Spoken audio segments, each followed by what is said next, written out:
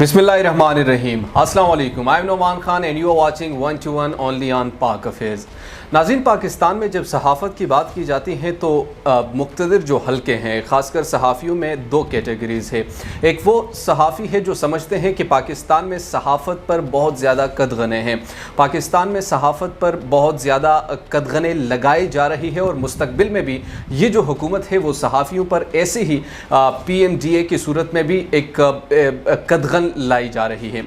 जबकि दूसरा तबका है वो ये कहता है कि पाकिस्तान में बड़ी आज़ादी से सहाफ़त की जा रही है, बड़े बेहतरीन तरीके से आपके जो मुंह में आता है वो आप बोलते हैं, यहाँ पर कोई चेक एंड बैलेंस नहीं है और बेखौफ होकर अपना तज्जिया, अपनी ख़बर वो पब्लिश करते हैं, वो लोग के सामने प्रेजेंट करते हैं। पाकिस्तान में बहुत सारे सहाफ़ियों की बहुत सारी कहानियाँ हैं, लेकिन अभी रिसेंटली जो एक वाक़या एक मल्टीमीडिया जर्नलिस्ट असद तूर के साथ पेश आया, उसको काफ़ी हाइफ मिली और जिसके बाद से पाकिस्तान की मीडिया में भी एक हलचल मची और बहुत सारे सहाफ़ियों ने धरने दिए, जुलूस किए कि आखिर क्यों सहाफ़ियों पर ऐसे हमले किए जा रहे हैं और उनकी क्या वजूहात हो सकती हैं।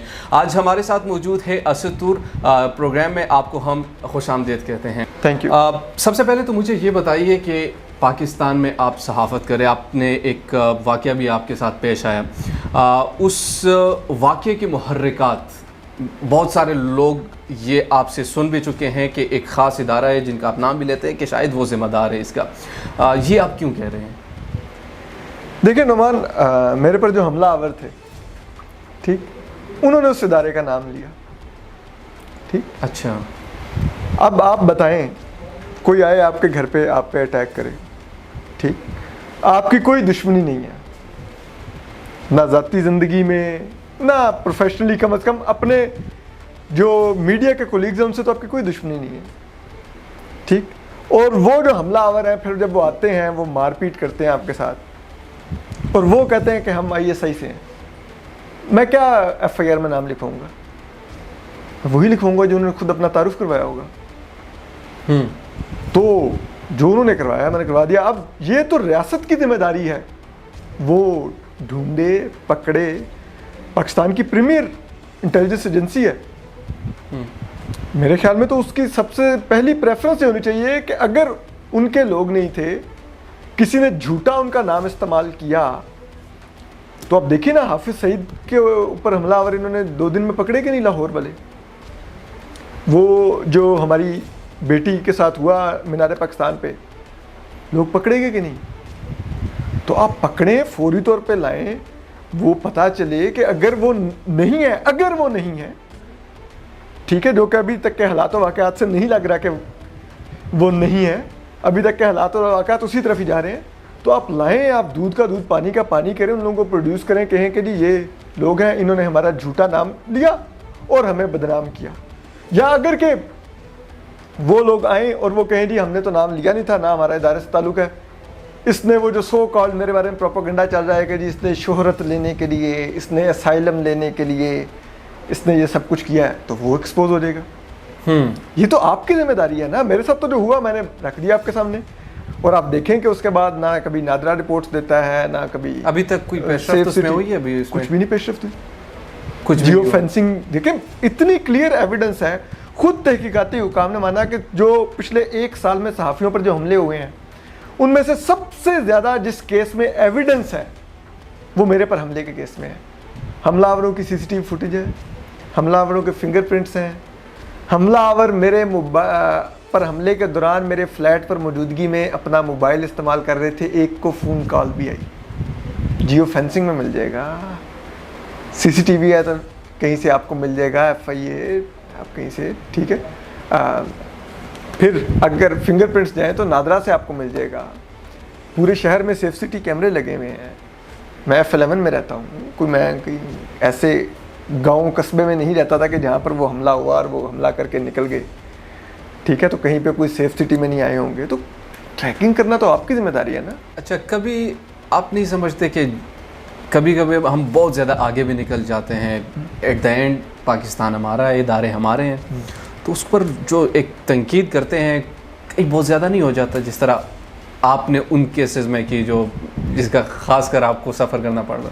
अच्छा, मैं आपको एक बात कहूँ, ये हमें कहा जाता है कि पाकिस्तान हमारा है, इदारे भी हमारे हैं, ऑफ कोर्स हमारे इदारे हैं, फ़ौज हमारी है, उसमें जो जवान है हमारी ही माओं के बेटे हैं, उसी मिट्टी से पैदा हुए हैं जिससे हम पैदा हुए हैं। तो हमारा कोई किसी से कोई ज़ाती इख्तलाफ तो नहीं है ना। तो मैं कोई DHA में प्लाट चाह रहा था कि जो किसी और अफसर को मिल गया हो तो मैं दिल में खार लेके फिर रहा हूँ, ठीक। कोई मेरा कोई ज़ाती झगड़ा तो नहीं है। हम एक असूल की बात कर रहे हैं। जहाँ तक तनकीद की बात आई, आप कहते हैं कि मुल्क हमारा है, मुल्क की खातिर तो तनकीद कर रहे हैं। हमें ये मतलब समझना होगा, इदारों से मुल्क नहीं होते, मुल्क से इदारे होते हैं। तो अगर हम किसी इदारे पे तनकीद कर रहे हैं तो मुल्क पे तनकीद नहीं कर रहे हैं। और अगर हम इदारे पे तनकीद कर रहे हैं तो फिर हमें ये देखना होगा कि क्या वो तनकीद हम नाजायज़ कर रहे हैं, जायज़ कर रहे हैं। अगर कोई इदारा अपने मैंडेट से, अपने कॉन्स्टिट्यूशनल रोल से बाहर निकल के काम करेगा तो हम उस पर तनकीद करेंगे, हम उसको रिपोर्ट करेंगे कि ये वो गलत कर रहे हैं। क्योंकि सहाफ़ी की सिर्फ एक बायस होनी चाहिए, वो होनी चाहिए कॉन्स्टिट्यूशनल बायस। उसकी बायस हमेशा कॉन्स्टिट्यूशन की तरफ होनी चाहिए, क्योंकि रूल ऑफ लॉ और कॉन्स्टिट्यूशन पर रह के ही वो परख सकता है कि क्या गलत हो रहा है, क्या सही हो रहा है, और फिर उसने गलत को रिपोर्ट करना होता है। तो अगर कोई इदारा उन कॉन्स्टिट्यूशनल बाउंड्री से बाहर निकल के कुछ कर रहा है तो हम वो रिपोर्ट करेंगे, हम उस पर तनकीद करेंगे कि ये वो इदारे का किरदार नहीं है जो वो अदा कर रहा है। सही। अच्छा, उस हमले के बाद कोई ऑफर्स आई है बाहर से? बाहर से रीलोकेशन की ही ऑफ़र आई थी कि आपको मिल सकती है, वो भी जान के ख़तरे की बुनियाद पे, जो कि मैंने रिफ्यूज़ कर दी थी। उसके अलावा मुझे कोई और ऐसी ऑफ़र नहीं आई। हाँ, मुझे बहुत ज़्यादा हमले के शुरू के दिनों में पहला हफ्ता डेढ़ इंडियन मीडिया से मुझे बहुत ज़्यादा कांटेक्ट करने की कोशिश की गई। मैं उन दिनों का कॉल लॉग प्रोड्यूस कर सकता हूँ कि जिसमें दर्जनों भारतीय सहाफ़ियों के कॉल्स आती थीं। व्हाट्सएप मैसेजेस अभी भी पड़े होंगे जो मैंने खोले तक नहीं, जो मुझे रब्ता करते थे कि इंटरव्यू के लिए। मैंने तमाम मगरबी मीडिया को इंटरव्यूज़ दिए, मैंने BBC को दिए, वॉइस ऑफ जर्मनी को दिया, वॉइस ऑफ अमेरिका को दिया, CNN को दिया, चैनल 24 फ्रांस 24 को दिया, लेकिन मैंने इंडियन मीडिया को इंटेंशनली नहीं इंटरव्यू दिया था। क्यों? क्योंकि मुझे पता था कि इंडियन मीडिया अपने एजेंडे के लिए मेरा इंटरव्यू करना चाह रहा है। मैं एजेंडे का हिस्सा नहीं बनना चाहता था। मुझे यहाँ तक कि यहाँ पर बहुत से लोग हैं जो इंडियन मीडिया पे पाकिस्तान को रिप्रेजेंट करते हैं, आप देखते होंगे। उनमें से कुछ लोगों ने भी रब्ता किया और उन्होंने कहा कि वो हमें अपने शो में बैठने का $200 देते हैं, आपको तो वो $1000 भी दे देंगे, क्योंकि आप इस वक्त बहुत बड़ी स्टोरी है। और मेरी स्टोरी भी ऐसी थी कि अगर वो उसको एजेंडा करना चाहते तो उनके लिए हॉट केक थी, तो दे विल पे यू, आप अगर इंटरव्यू दें। मैंने कहा भाई मेरे लिए पैसा नहीं मैंने लेना, और मुझे इंडियन मीडिया पर नहीं आना। सही। चले, ये तो आपके हो गए जो आपकी ज़ात से मुंसलिक कुछ सवाल आते हैं। अभी रिसेंट जो वाक़यात हो रहे हैं सोशल मीडिया पर, आप देख रहे हैं कुछ पॉलिटिशियन की वीडियोस लीक की जा रही है। कुछ लोगों का ये ख्याल है कि ये शायद इंटरनल या उनकी पार्टी की जानिब से, या कुछ लोग दूसरी तरफ इशारा करते हैं। आप खुद क्या समझते हैं बतौर सहाफ़ी की ये वीडियोस? क्योंकि उन वीडियोस को देखकर यूँ लगता है कि बाकायदा प्लान के तहत बनाए गए हैं। बिल्कुल। अच्छा देखें, इसमें हमें उस वीडियो का ये देखना होगा कि क्या वो वीडियो ज़ुबैर उमर साहब की घरेलू लाइफ तबाह करने के लिए बनाएगी? तो यकीनन नहीं बनाएगी, ठीक है। क्या वो ज़ुबैर उमर साहब का किसी खातून ने रिवेंज लेने की लिए बनाई? तो वो उसके लिए भी नहीं बनी, क्योंकि अदरवाइज़ तो वो खातून रिकॉर्ड पर आती कि जी मुझे ये मेरे साथ ये कर रहे थे, कुछ ज़बरदस्ती कर रहे थे या क्या कर रहे थे, और वो कोई केस करती। वो वीडियोज़ अगर आप देखें तो वो खालिस्तन सिर्फ ज़ुबैर उमर साहब की कैरेक्टर असैसिनेशन के लिए बनाई गई, ठीक। तो कैरेक्टर असैसिनेशन किसको सर्व करती थी, फिर हमें ये देखना होगा। तो पाकिस्तान में हमेशा जो सियासतदानों और सहाफ़ियों की किरदार कुशी के लिए जो वीडियोस बनाई गई हैं, वो तो हमेशा गैर सियासी लोगों ने ही बनाई हैं। इसका और नहीं मकसद क्या होता है? मकसद ही अगर आप देखें तो मकसद ज़ाहिरी बात है, वो एक ऐसी इस वक्त सियासी जमात के स्पोक्समैन है कि स्पोक्समैन उस जमात के नहीं, उस जमात के उन 2 लीडरों के स्पोक्समैन हैं जो नोइंगली सब जानते हैं कि वो, आप उसको मुज़ाहमत की सियासत कह लें, मुखासमत की सियासत कह लें, या एंटी इस्टेब्लिशमेंट सियासत कह लें, वो कर रहे हैं। तो वो उन 2 लोगों के स्पोक्समैन हैं। अच्छा, तो अगर उनको टारगेट किया गया है तो there must be some reason to give a message. अब पाकिस्तान में ये जो साल आगे शुरू होने जा रहा है, ये बड़ा हंगामा खेज साल होगा सियासी तौर पे पाकिस्तान में। कैसे? इस साल में नए चीफ जस्टिस आने हैं पाकिस्तान में।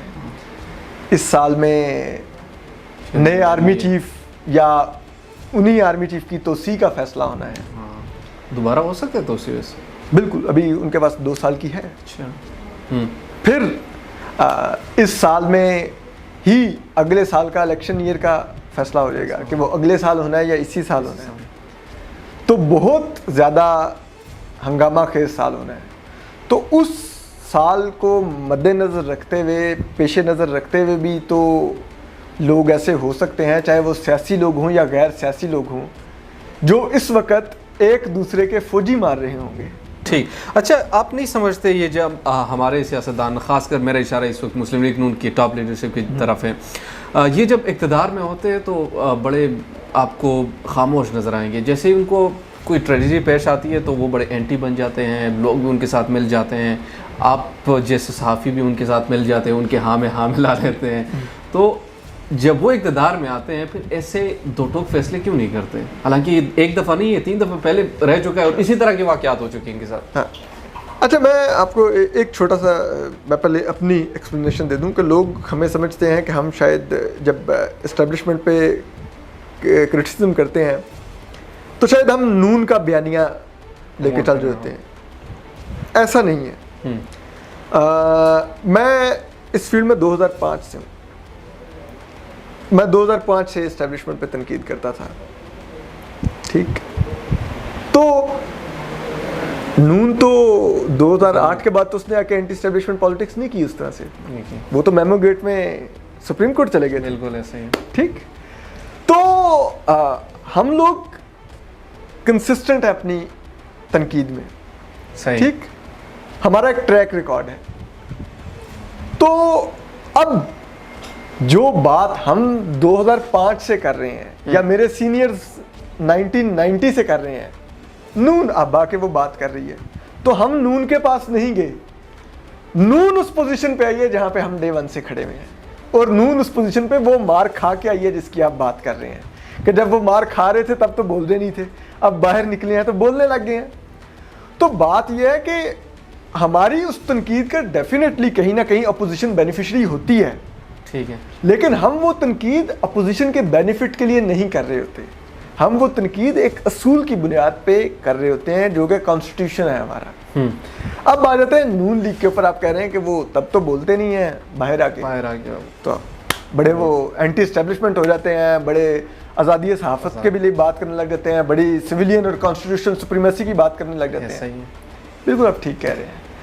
आप देखिए, मेरी नज़र में जो मियाँ नवाज शरीफ ने 20 सितंबर 2020 को तकरीर की, जिसमें उन्होंने कहा कि अब रियासत के अंदर रियासत नहीं, रियासत के ऊपर रियासत की बात आ गई है, ये बात उनको 20 सितंबर को नहीं करनी थी।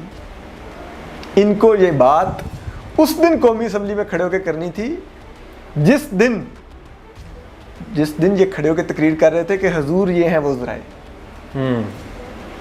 ठीक, इनको पता था कि इनके साथ कौन क्या कर रहा है, ये लॉकडाउन इस्लामाबाद की कॉल कौन दिलवा रहा है। ये खड़े होते पार्लियामेंट में, तकरीर करते, अवाम जिसका मैंडेट लेके आए हुए थे उससे मुखातिब होते, उनको बताते कि आपने मुझे मैंडेट दिया, ये मुझे काम नहीं करने दे रहे।